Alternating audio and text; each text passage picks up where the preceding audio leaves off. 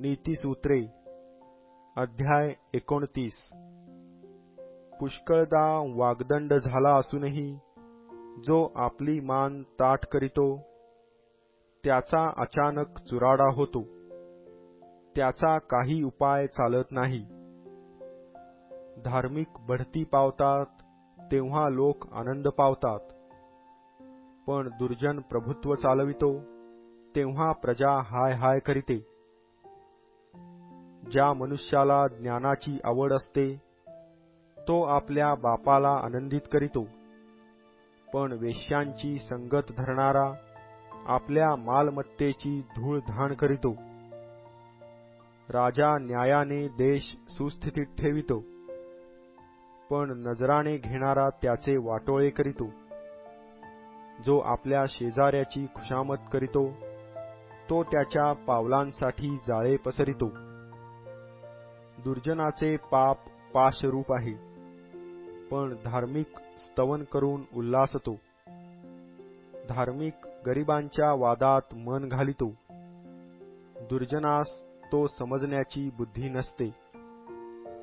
उद्दामपणा करणारे नगराला आग लावून देतात, पण सुज्ञजन क्रोधाला घालवितात। सुज्ञाचा मूर्खाशी वाद असला तर मूर्ख रागावो किंवा हसो, त्याला स्वस्थता म्हणून नसतेच। खुनशी मनुष्ये सात्विकाचा द्वेष करीतात, पण सरळ मनुष्ये त्याच्या जीवाला जपतात। मूर्ख आपल्या मनातील सर्व क्रोध व्यक्त करीतो, पण सुज्ञ तो मागे आवरून ठेवितो। अधिपती खोट्या गोष्टीला कान देणारा असला तर त्याचे सर्व सेवक दुष्ट बनतात। गरीब व सावकार यांचा व्यवहार होतो, या दोघांस प्रकाश देणारा परमेश्वर आहे।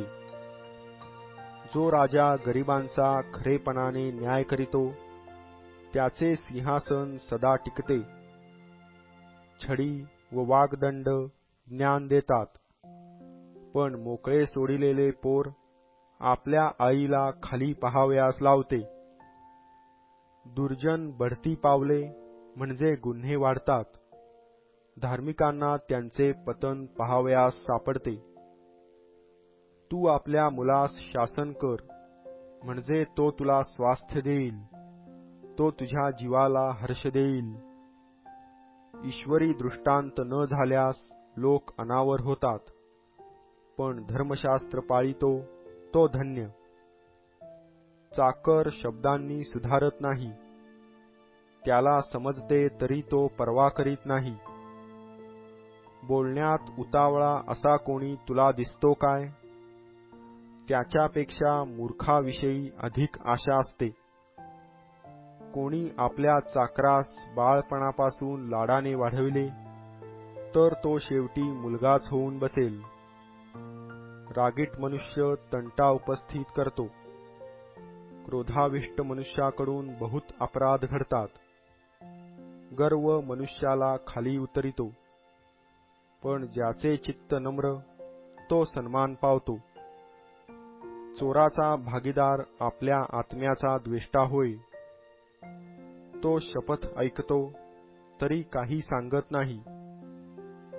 मनुष्याची भीती पाशरूप होते, पण जो परमेश्वरावर भाव ठेवितो त्याचे संरक्षण होते।